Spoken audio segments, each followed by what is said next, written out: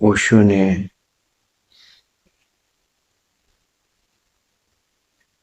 चेतना का संदेश दिया, मौन का संदेश दिया,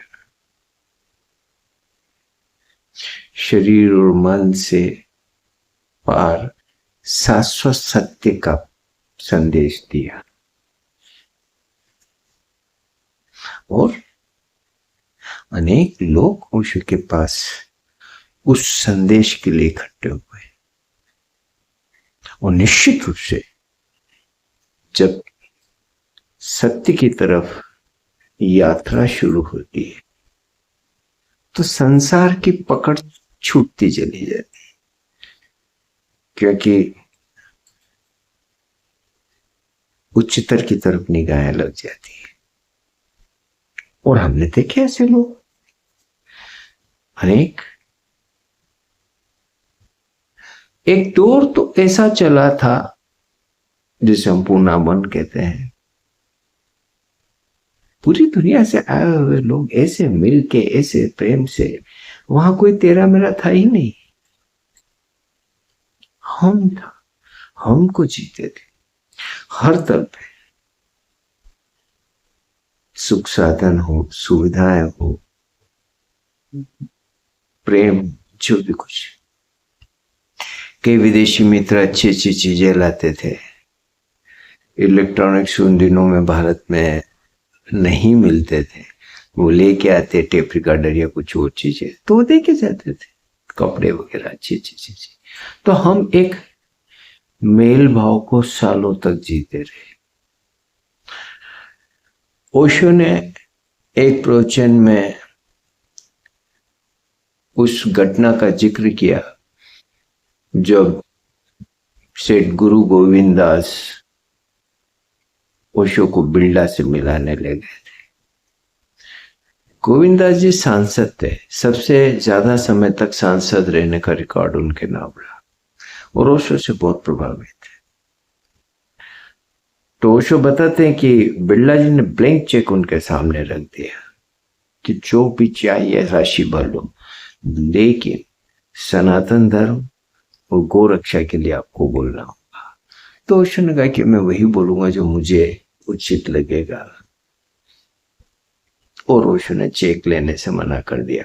ओशो ने उसको एक बात बोली कि मैं तब तक इंतजार करूंगा जब मेरे लोग इकट्ठे मेरे पास आ जाएंगे। ओशो उस प्रवचन में बोलते हैं कि आज बिरला जिंदा होते तो उनको पता था कि मेरे लोग आ गए, इनका पैसा मेरा पैसा, मेरा पैसा इनका पैसा। और इस भाव को हमने सालों साल जिया।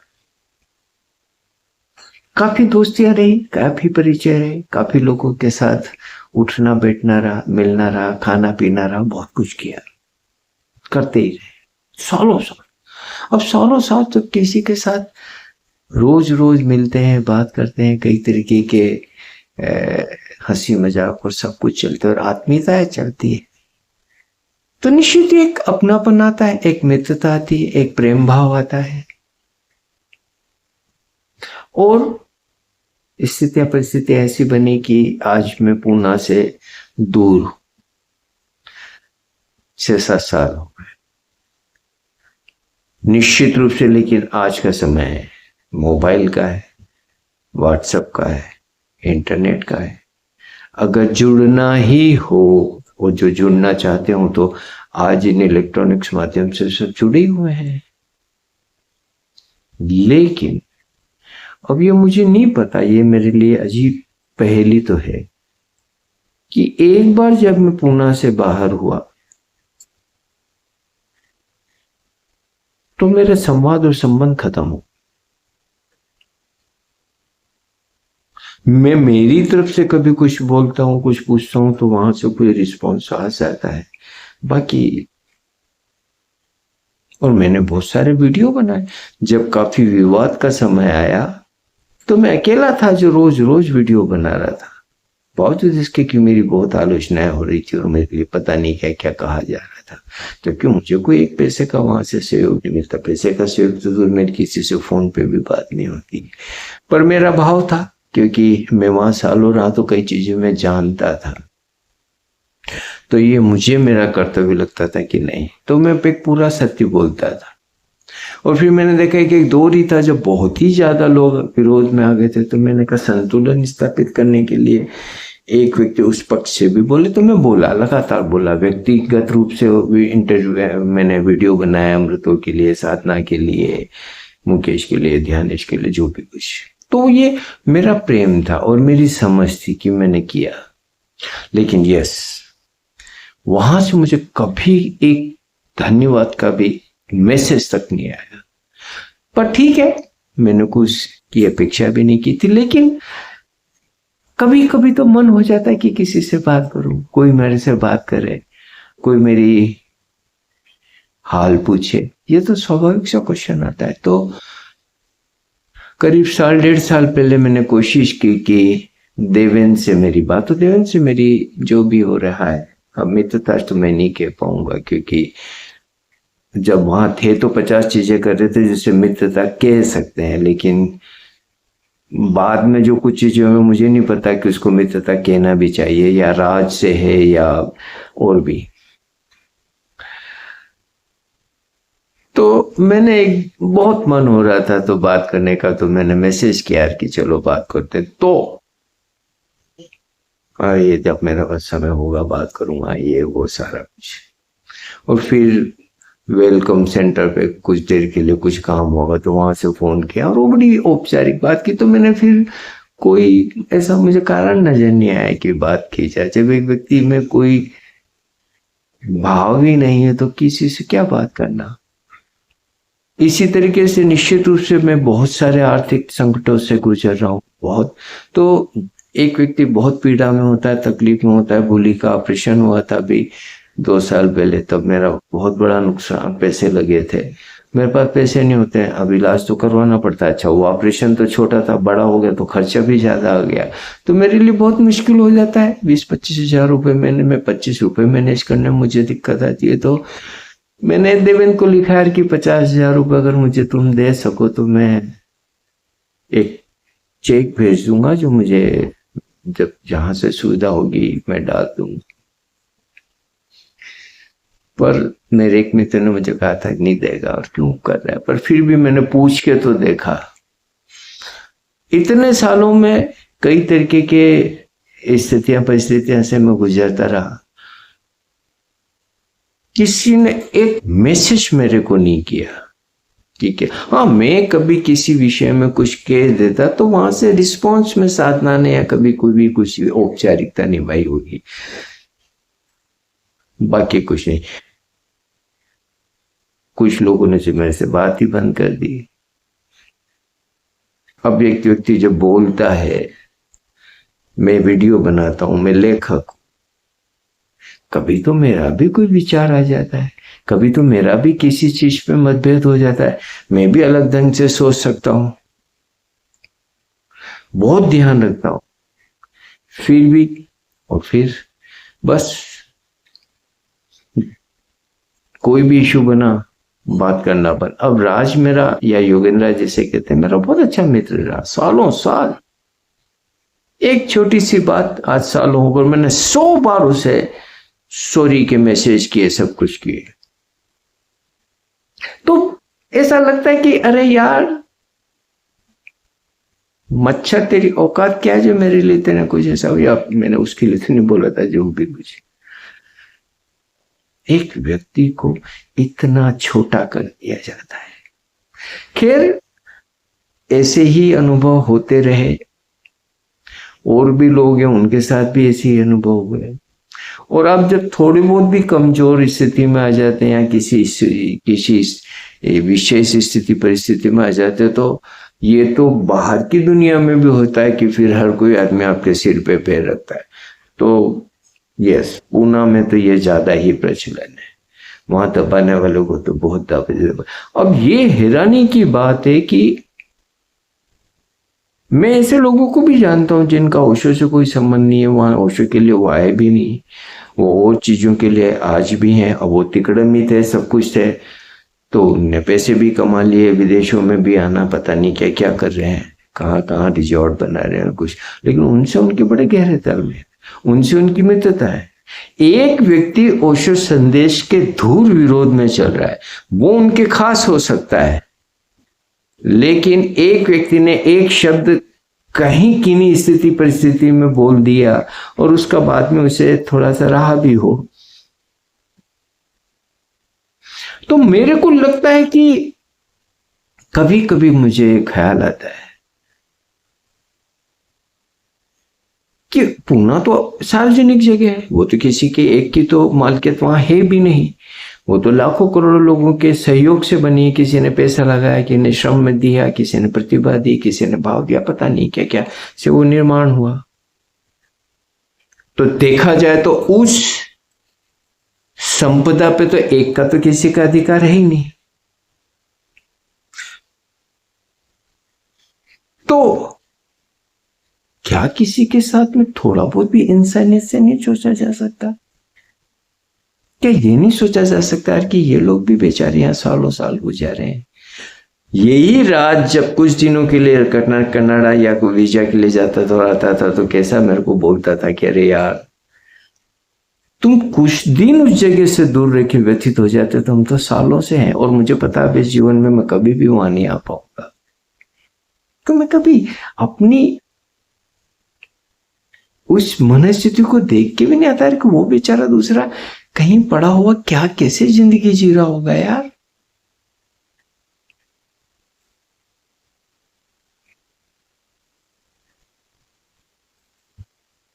मैं फिर ओशो संदेश एंड प्रेम एंड ध्यान एंड मौन एंड ताइजीन येन वोन, ये सब के बेसिस में चित्त की दशा क्या है यार? स्वस्थ है क्या? अब मेरे को हो सकता है कि होश में तो मुझे इतना ख्याल नहीं रहता, लेकिन कई बार मुझे सपने आते हैं। हर कुछ समय में मुझे सपना आता है पूना का, तो मेरे को लगता है कि चलो अचेतन में कहीं रह गई होगी वासनाएं, याद या कुछ गहरी स्मृतियां, जिस वजह से मुझे सपने आते रहते हैं, बताते हैं मुझे कि मैं वापिस वहां रहने लग गया है या जो दिल खुश हो जाता है जब जगता हूं तो क्या सपना।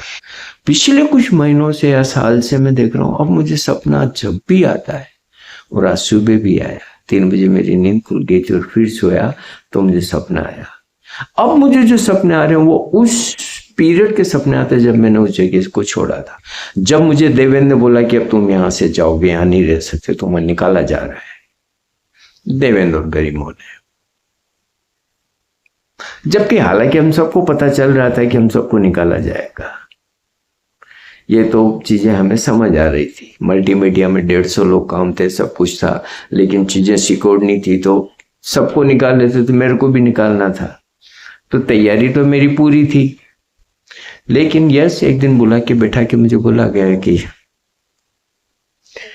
गरिमों की स्टाइल है, जैसे बोले अच्छी महिला है, मैं ऐसा नहीं करता हूँ, आदर करता हूँ। बोले नहीं ओशो चाहते हैं सब इंडिपेंडेंट हो। मैंने कहा भैया मुझे निकालना है बोल दो जाओ, लेकिन ओशो के कंधे पे बंदूक मत रखो।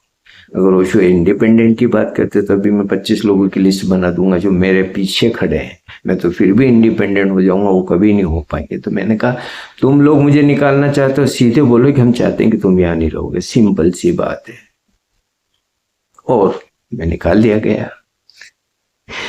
तो मुझे सपने आते हैं जब भी, आज सुबह भी ऐसे ही आया कि मैं वहां काम कर रहा हूँ, रचा बसा हूँ, मेरा कमरा है, सब कुछ है, खा रहा हूँ पी रहा हूँ, कुदरत जगह के आबो हवा में जिसके हम गहरे से पूरी तरीके से रमे हुए थे। तो मुझे बोला गया कि निकलो यहाँ से।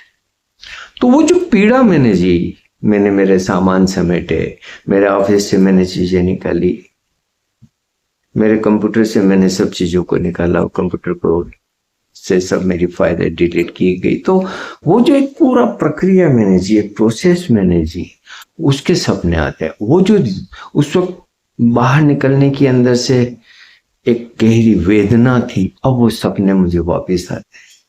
आज भी सुबह वैसे ही आया कि मैं जिस जगह काम करता था वहां जाके खड़ा होता हूँ, जहां मैं सालों साल बैठ के काम करता, वहां मेरी जगह नहीं थी।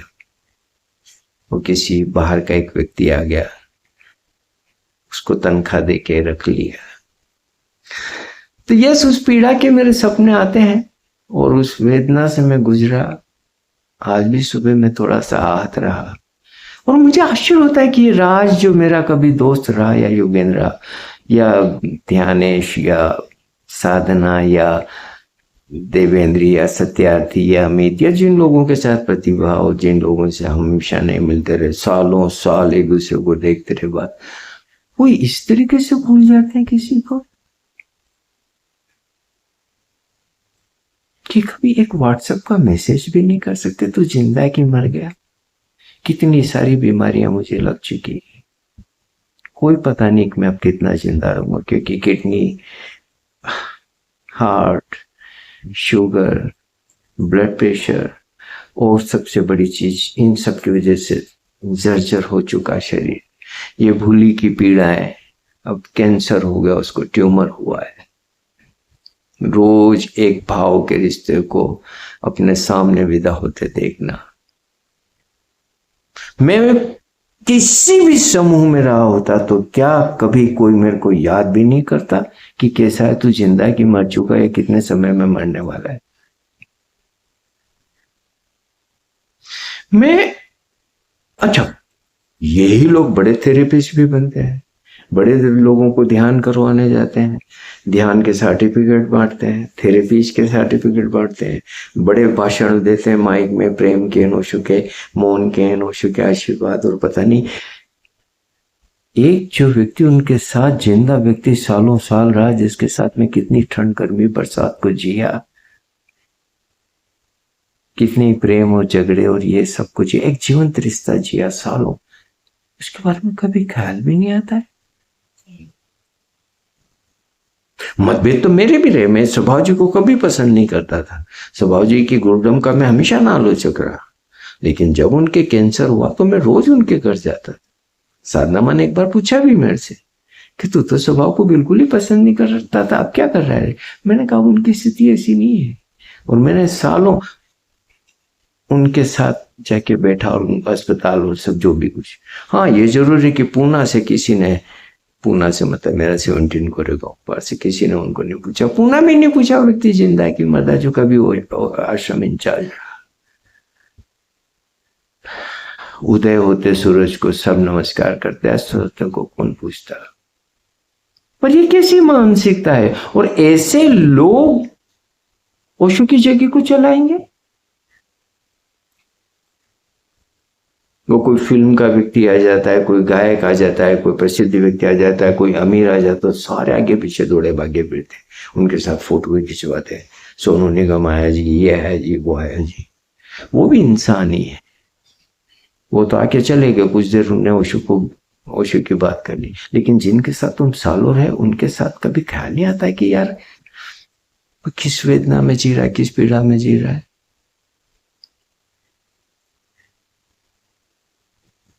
तो ये जो ध्यान करवाने जाते हैं और थेरेपीज करते हैं और बड़ी बड़ी बातें, वो सत्य है या ये सत्य है जो कि एक व्यक्ति को इस तरीके से ठूंस दिया जाता है? और वो भी वो व्यक्ति जिनके साथ सालों सालों काम किए, कितने खट्टे मीठे अनुभवों से गुजरे। किसी का भी थोड़ा बहुत तो संबंध बनता है कि नहीं बनता है, ऐसे पहुंच दिया जाता है। और ऐसे पहुंच दिया जाता है तो अमीर लोगों को तो नहीं भूल रहे तुम लोग, वो तो सालों सालों बाद भी आते तो उनके थैले उठाते हो तुम गेट पे जाके। मैंने देखा, मेरी आंखों से देखा है, पानी के कैरेट को कंधे पे उठा के उसके कमरे तक रखते, जो संदेश जो आया था इजराइल का। एक पानी की बोतल जिसके नहीं उठाया, उसके कैरेट उठा के रखा उसका, क्योंकि पैसे मिलते हैं। मुझे पता है कि तो क्या हम इतने दुनियावी हो गए? एक आध्यात्मिक जगह, एक ओशो की जगह पे।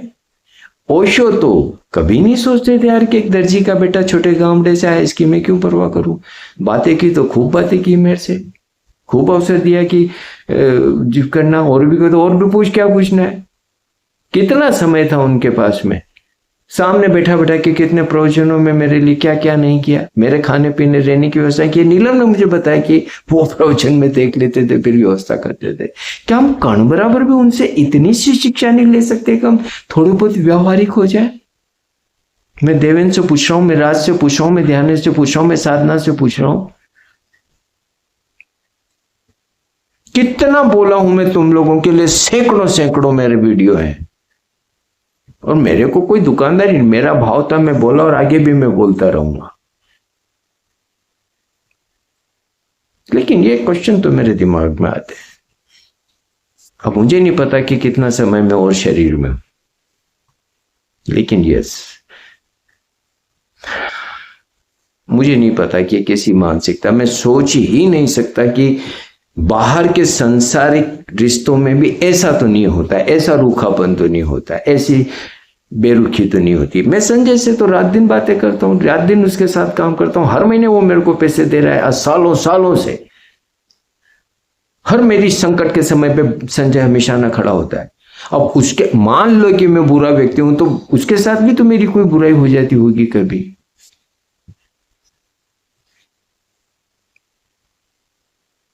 कल रात को मेरी संजय से बात हुई। एक बार मेरी आंख चली गई थी, अंधा हो गया था मैं कोरोना के टाइम पे, पूरे दिन अंधा रहा मैं, अचानक मेरी आंखें चली गई। 10 बार संजय ने मेरे को फोन करके पूछा कैसा है तू। शाम होते होते कि लाखों लगाएंगे तेरे को अंधा नहीं रहने देंगे, एक सहारा तो है।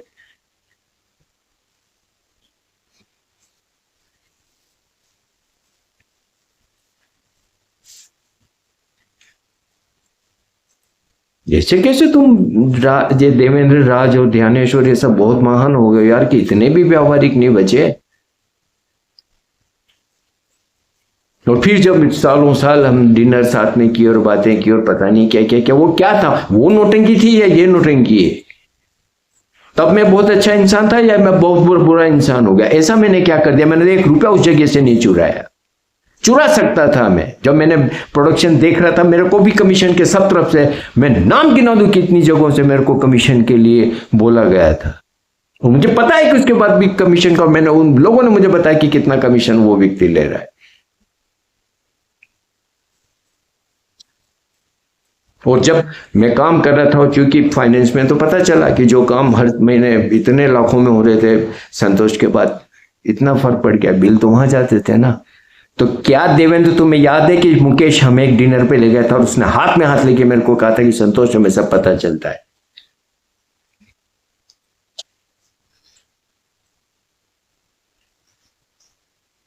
दुख तो मुझे होता है, कभी कभी हैरानी तो होती है कि मेरी ऐसी बुरी स्थिति में भी, जहां की मैं अपनी दवाइयां ठीक से नहीं ला पा रहा हूं, हालांकि मैं भूली का तो मर जाऊंगा, लेकिन बढ़िया से बढ़िया इलाज कराऊंगा, मेरी किडनियां बेच दूंगा, मेरी आंखें बेच दूंगा, जो भी मेरी बच्ची को तो मैं तकलीफ में नहीं रहने दूंगा। लेकिन यस, कभी कभी तो मुझे ख्याल आता है कि क्या मैंने कैसे लोगों के साथ समय गुजारा है। और जब इन लोगों को मैं ध्यान की, इन प्रेम की, इन शिविर लेते हुए, काले रोग पहन के पता नहीं क्या क्या करते हुए देखता हूं, तो चित्त की दशा कैसी है यार, कि सुंदर लड़की दिख जाए तो दिल बाग बाग, पैसे वाला दिख जाए तो बाग बाग, फिल्म का कोई प्रसिद्ध व्यक्ति आ जाए तो दिल बाग बाग। ऐसा होता है प्रेम, ऐसी होती है प्रेम की भाव दशा, जो इतना भेदभाव करता है। आज संजय नहीं होता तो मेरी क्या स्थिति होती। आज जयपुर के राठी जी, मैं तो कभी मिला ही नहीं उनसे, सिर्फ फेसबुक से और फोन से बात होती है। भरोसा है मुझे, दिल्ली के मोर साहब, भरोसा है मेरे। ये 2-3 लोग हैं जिनके सहारे मेरी जिंदगी जैसे तैसे चल रही है। लेकिन यस, मैं आर्थिक रूप से बहुत टूट चुका हूं, और थोड़े से रुपए देना किसी के लिए भी बहुत मुश्किल काम नहीं है, मुझे पता है ये बात। पैसे देना तो बहुत दूर है, कभी व्हाट्सएप का एक मैसेज भी नहीं करते, और मैं करता हूँ 100 मैसेज तो जवाब नहीं आते। जब मेरी बच्ची की किडनी खराब हो गई थी, और उस रात जब मेरे को डॉक्टर ने कहा था कि अब नहीं बचेगी, तो उस रात तो मैं मौत के किनारे खड़ा था। उस रात मैंने मैसेज किया और एक छोटा सा वीडियो संदेश बनाया, उसका किसी का इन पूना वालों ने संदेश तक नहीं दिया कि तू क्या कर रहा है, आज की रात तू जिंदा रहेगा कि आज की रात तू आत्महत्या कर लेगा। ये क्रूर लोग, क्या ये क्रूरता नहीं है? क्या मुझे नहीं लगेगा कि क्रूरता है कि ऐसे एक नाजुक समय में भी किसी ने मेरे से एक मैसेज भी नहीं किया कि कोई बात नहीं रे, सब ठीक हो जाएगा, क्यों चिंता कर रहा है इसी?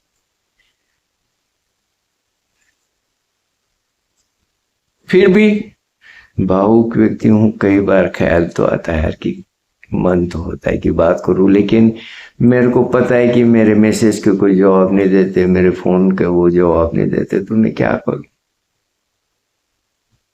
वाह, चुपचाप बैठा रहता हूँ। लेकिन यस, देवेन, योगेंद्र, राज, ध्यानेश, अमित स्वामी, सत्यार्थी, साधनामा, अच्छा तो नहीं लगता मुझे, अच्छा तो नहीं लगता। हाँ, कारण आपके भी होंगे, मैंने ऐसा कर दिया, जैसा कारण तो होते हैं।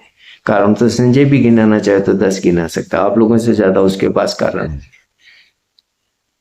रिश्तों में ये सब चीजें सबके साथ होती है।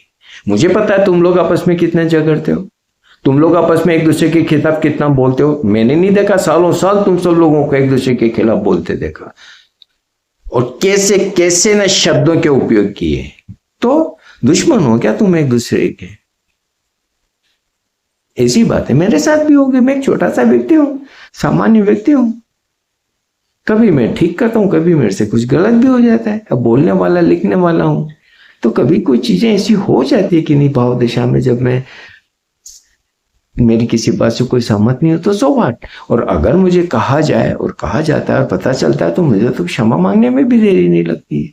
मेरे ऐसे किसी वीडियो को डिलीट करने में मुझे कभी देर नहीं लगती। इतना क्या तुम लोगों के लिए काफी नहीं है? ऐसी गांठ बांध के बैठ गए कि अब तो संतोष मर ही जाए तो अच्छा है। और मर जाऊंगा, मर जाऊंगा। साधना, देवेंद्र, राज, ध्यानेश, बहुत समय अब मेरे पास है भी नहीं। शरीर तेज गति से जा रहा है।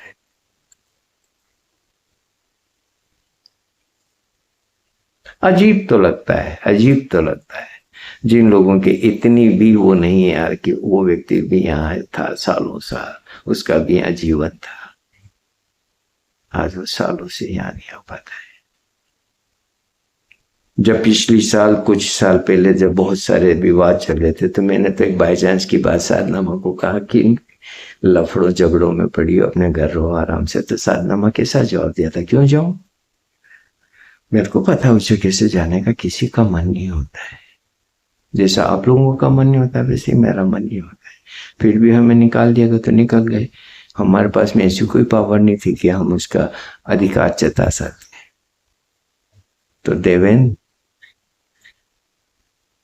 तुम तो फिर भी पूरी दुनिया में घूमते हो, तुम तो फिर भी बहुत तरीके की स्वतंत्रता को जी रहे हो। मैं तो 365 दिन वहां काम करते थे लगातार, रोज 1000 तरीके हमारे पर प्रतिबंध। कोई साइबर कैफे में नहीं आया तो वहां जाके बैठ जाओ, कोई वीआईपी आएगा तो उसको टूट दे, तो बुक शॉप में कोई नहीं तो वहां चले जाओ, वेलकम सेंटर पे तो वहां चले जाओ। हमने तो बहुत किए, और बहुत लोग, मैं अभी भी नाम गिना दूं, जिनको किसी की हिम्मत नहीं होती कुछ कहने की।